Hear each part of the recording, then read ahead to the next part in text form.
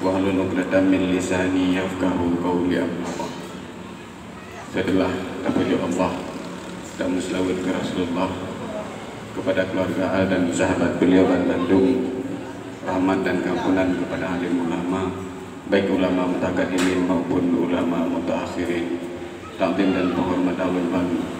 pertama sekali kepada guru-guru Tuhan yang nanti ke masjid dan yang kita cintainya, takdim dan penghormat ulama kepada Bapak Gesi serta seluruh perangkat desa Bangkut Poh Gembong, kepada Tugu Imung dan kepada tokoh-tokoh agama,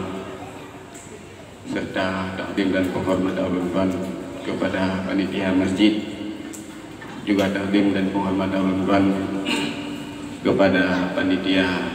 penyelenggara acara Maulid Nabi besar Muhammad sallallahu alaihi wasallam, takdim dan penghormat ulama kepada Bapak Mukim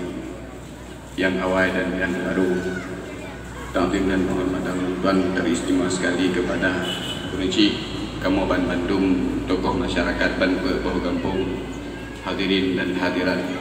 anak yatim yang kamu cintai. Nah, pada uro yang berbahagianya, sebagaimana yang kamu maklum bahwasanya kita memperingati uro lahir Rasulullah sallallahu alaihi wasallam,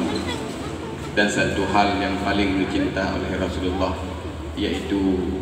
kasih sayang terhadap anak yatim. Tunggu-tunggu hadirin Kunci Kamoban Bandung, nah pada uro yang berbahagianya ternyata wujudkan daripada cita-cita Rasulullah yang dipegang oleh Rasulullah SAW di barangkatau yang itim busuk oleh anak yatim,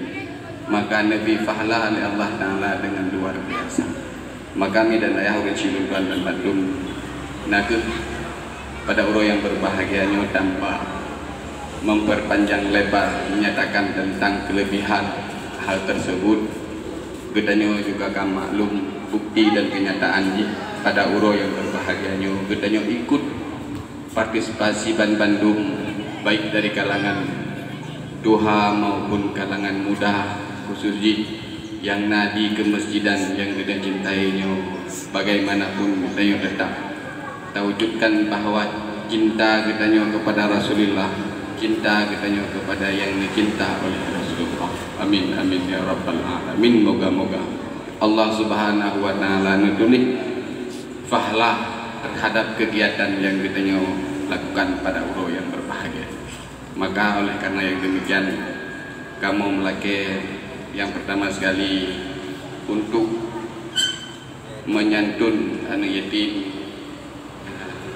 yaitu dari Bapak Gesi Bangkut Poh Gembong, dari Bapak Mukim, Tunggu Imung dan tokoh-tokoh masyarakat.